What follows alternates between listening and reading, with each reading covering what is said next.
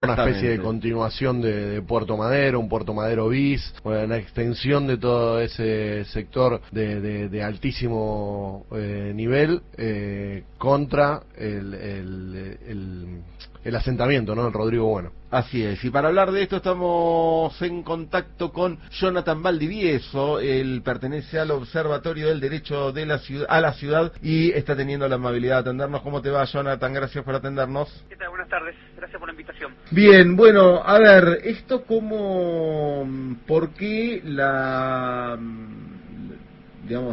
irrupción de este mega emprendimiento termina perjudicando a las familias del Rodrigo Bueno? Bueno, siempre, hace bastante tiempo, cuando el gobierno decidió avanzar con procesos de integración social urbana en la ciudad de Buenos Aires, eligió algunas villas, algunos barrios populares. Cuando eligió a Rodrigo Bueno, allí la elección para nosotros estaba fundada en la cuestión de que está preparando el terreno para que al lado se construya un nuevo Puerto Madero, ¿no? El emprendimiento de costa urbana de la empresa IRSA. ¿Por qué? Porque, bueno, seguramente un emprendimiento de gran lujo, con altas torres, no sería conveniente, desde la mirada del gobierno y de la empresa, tener una villa al lado, ¿no? Como paisaje. En su momento, en los primeros intentos que había tenido el gobierno para autorizar estas torres de 100 metros de altura, le había solicitado a IRSA que se haga cargo de un porcentaje o un monto de los costos de la urbanización de Rodrigo Bueno. Finalmente eso no se terminó aprobando, pero el gobierno decidió avanzar con los propios recursos de los porteños y porteñas en la urbanización del barrio.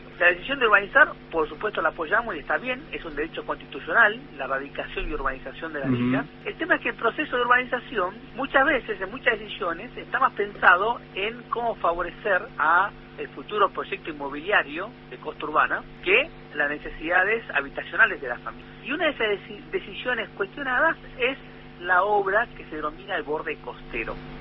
¿Qué implica esa obra? Esa obra implicó relocalizar y demoler muchísimas viviendas que daban hacia el predio de costa urbana, ¿no? Que se conoce como la Ciudad Deportiva de Boca Juniors. La separación entre ese predio y el barrio Rodrigo Bueno era un riacho, ¿no? Bastante contaminado. Entonces el gobierno decidió relocalizar a muchas viviendas, demolerlas y empezar a construir un borde costero, lo llaman, no, como si fuese una calle que vaya bordeando la costanera en ese sector, ¿no? Y luego, una vez que y esto me parece que cae de maduro, pero bueno, está bueno subrayarlo, una nueva privatización del río. Claro, luego siempre sabemos que una vez que se liberan esos espacios son como muy tentadores para concesionarlos, ¿no? O venderlos, ¿no? Para futuros emprendimientos gastronómicos que el gobierno, por ejemplo, va instalando en todas partes de la ciudad. Así que tuvimos una primera instancia de conflicto que fue justamente esas relocalizaciones, ¿no? De las familias, porque si bien las familias consintieron relocalizarse y consintieron y aceptaron las soluciones habitacionales que entregó el gobierno, sabemos que en el contexto del barrio esos consentimientos en muchos casos fueron bajo presión, bajo amenazas, bajo confusiones, ¿no? Así que hay familias que, por ejemplo, actualmente están viviendo en hoteles, ¿no? Porque el gobierno le solicitó que se relocalicen a hoteles hasta que le construyan viviendas nuevas, ¿no? Priorizando el borde del costero. Entonces hay familias que están hace años esperando su vivienda hacinadas en algunos hoteles. Hay otras familias donde no se les reconoció, por ejemplo, los locales productivos, etcétera, etcétera. Entonces esa primera relocalización generó un gran conflicto y un detrimento de los derechos de las familias. Ahora estamos en un segundo problema.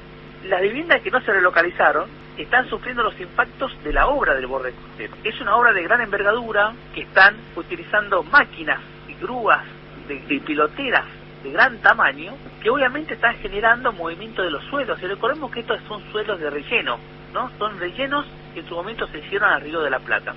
Movimiento de suelos que tienen las napas muy altas porque están al lado del río. Eso hace que y además la cuestión de que las viviendas fueron construidas por las propias familias y la mayoría de las viviendas no tiene buenas fundaciones, no están construidas con la técnica para asegurar la estabilidad y la estructura de esta vivienda. Ahora, perdón, y además muchas viviendas se apoyaban unas a otras, ¿no? Y dijimos, fueron demoliendo muchas viviendas y que hay viviendas que quedaron sin el apoyo de las otras viviendas. Perdón, ¿Cómo lo decís tú? Perdón, Jonathan, porque a ver, Esto vos estás planteando que la zona per se no es buena para la construcción, digamos, o tiene esta cuestión de al ser terreno ganado al río, tiene esta inestabilidad. ¿Esto no afecta también al megaproyecto? Sí, el tema es cómo se construye, ¿no? A nivel técnico todo tiene solución y se puede construir hasta sobre el río, ¿no? Como técnicamente no hay ningún problema. El problema es que estas viviendas de las familias fueron construidas con técnicas que no pueden soportar estas vibraciones y movimientos de los suelos. Digamos, sabemos cómo se construyen las viviendas en los barrios populares, ¿no? Donde las familias van construyendo casi en muchos casos sin cimientos, van usando la estructura de las viviendas linderas, van construyendo de a poco cada uno de los pisos, ¿no? Cuando quizás se comienza a construir, no se sabe que se va a construir tantos pisos y se empieza a elevar. Digamos, no tienen los análisis estructurales correspondientes. En este contexto, al gobierno poco le importó, que conoce la situación de estas viviendas, e inició esta obra de gran envergadura. Lo que está generando es que esas viviendas estén terminando en un estado de ruina. Comenzaron hace meses que venimos denunciando rajaduras que se van haciendo más profundas, más anchas, que comienzan en el piso y terminan en las plantas superiores. Le pedimos al gobierno que haga análisis estructurales de las viviendas. El gobierno contrató un equipo de ingenieros que hicieron el informe, y el informe de los ingenieros dijeron que no se podía hacer ningún tipo de obra que genere vibraciones en las viviendas. Aún así el gobierno continuó trabajando en el borde costero generando vibraciones en las viviendas, que llegamos a la situación extrema donde hay familias que tienen que dejar su vivienda porque su casa está en situación de ruina. Y acá vemos que el gobierno, en vez de frenar las obras, decidir hacer una evaluación de cada vivienda, ver si las viviendas se pueden realizar obras internamente o mejoramiento para fortalecerlas y que sacan de esta situación de ruina y que puedan continuar las obras, en vez de hacer eso, en vez de hacer el análisis y el refuerzo y las obras en cada vivienda, decide presionar a las familias para que dejen su vivienda con la guardia de auxilio, ¿no? La guardia, el organismo del Estado que aparece cuando las viviendas están en ruinas, te clausuran y te hacen desalojar tu vivienda. Bueno, el gobierno, como no quiere frenar las obras del borde costero, ya sea por cuestiones electorales o por cuestiones de que cuanto antes va a arrancar el emprendimiento de costa urbana, decide sacrificar a las familias que sean relocalizadas de sus viviendas porque no quiere frenar las obras del borde costero. Acá decimos que se da un suceso de ayornamiento de lo que fueron las topadoras de Cacciatore, ¿no? Donde se demolían viviendas y se desalojaba por la fuerza. Bueno, aquí se está haciendo un desalojo más sutil, ¿no? Como hay leyes que protegen a las familias que no pueden ser desalojadas, se utiliza el estado de necesidad de las cuestiones de que las viviendas están en ruina para generar un desalojo forzoso, porque las familias tienen que dejar sus viviendas porque no pueden quedarse en ellas por cuestiones de conservar la salud y la integridad de sus familias. Entonces hay una utilización de herramientas jurídicas que llevan a desalojar a las familias, cuando el gobierno, en vez, lo que tendría que estar haciendo es garantizando que las viviendas no se arruinen más, que no sufran más rajaduras, y buscar alguna otra forma de metodología constructiva para que las zonas de borde costero no terminen dañando más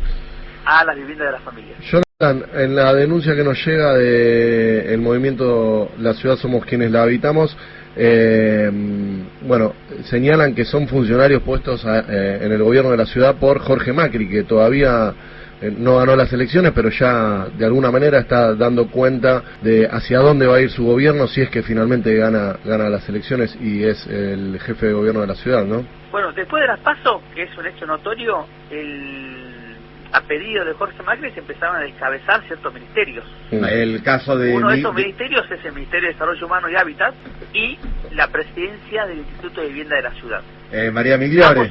Exactamente, ¿no? Ambos organismos, digamos, el IBC es el encargado del proceso de urbanización y es el encargado de estas obras. Y el IBC depende del Ministerio de Desarrollo Humano y Hábitat. La aceleración de la ruina de esta vivienda se está dando justamente con el cambio de la nueva gestión. A quienes le hemos informado de esta situación de entregadas oportunidades, le hemos dicho que si continuaban con las obras como lo venían haciendo, iban a terminar viviendas en ruina. Y para el colmo, el gobierno y el Estado no tienen vivienda transitoria, ¿no?, para prever estas situaciones. Entonces también las familias no es que dejan sus viviendas con el compromiso de que a futuro le van a construir nuevamente sus viviendas y mientras tanto esperan en alguna vivienda transitoria del gobierno, sino que el gobierno los deja prácticamente a que las familias tengan que buscar dónde volver a habitar, ¿no? Porque no tiene vivienda transitoria, que es una de las grandes falencias de la ciudad de Buenos Aires, y es una de las grandes falencias que vemos en estos procesos de relocalización y de urbanización de barrios. Cuando hace falta relocalizar a alguna familia por esponjamiento o porque su vivienda está en mal estado y tiene que readecuarse y no se pueden readecuar con las familias adentro, el Estado no cuenta con un sistema de viviendas transitorias propio, ¿no? Tiene que ir a alquilar piezas de hoteles o deja que las familias vayan a buscar alguna solución enfrentándose solas al mercado, como sabemos la complejidad que tiene el mercado actualmente para que las familias puedan acceder al alquiler con la exigencia de los costos económicos y de las garantías que pueden existir Jonathan, en la ciudad de Buenos Aires. Recién cuando decías la nueva gestión, es que ya estamos viendo como un gobierno de hecho de Jorge Macri, ¿te estás refiriendo a eso? Bueno, en esta parte sí, ¿no? Digamos, los funcionarios que respondían a la gestión de Rodríguez Larreta, ¿no? Que eran más icónicos como Migliore, fueron los primeros y fueron los funcionarios que habían apoyado a Lustó. El anterior presidente del IDC había sido candidato a legislador en la lista de Lustó. Entonces, lo que empezó a hacer Jorge Macri, empezó a pedir a Rodríguez Larreta que empiece a descabezar a aquellos ministerios que en la campaña apoyaron más a Lustó, digamos, a otras fuerzas políticas, que no era Junto por el Cambio, ¿no? Recordemos que fueron a PASO, que apoyaron a Lustó en vez de apoyar a Jorge Macri, que era el candidato de Junto por el Cambio. Y esto, perdón, con todo esto que se está avanzando, digo, ¿es una forma de dejar una suerte de tobillera electrónica a futuro? A ver, en el caso que Jorge Macri no ganara la elección, esto ya, un próximo gobierno se encuentra con esto en estado avanzado, ¿no? Sí, yo creo que si las obras continúan, el próximo gobierno se va a encontrar por lo menos la parte más estructural de las obras terminadas. El proceso de Rodrigo Bueno de urbanización comenzó en el año 2016.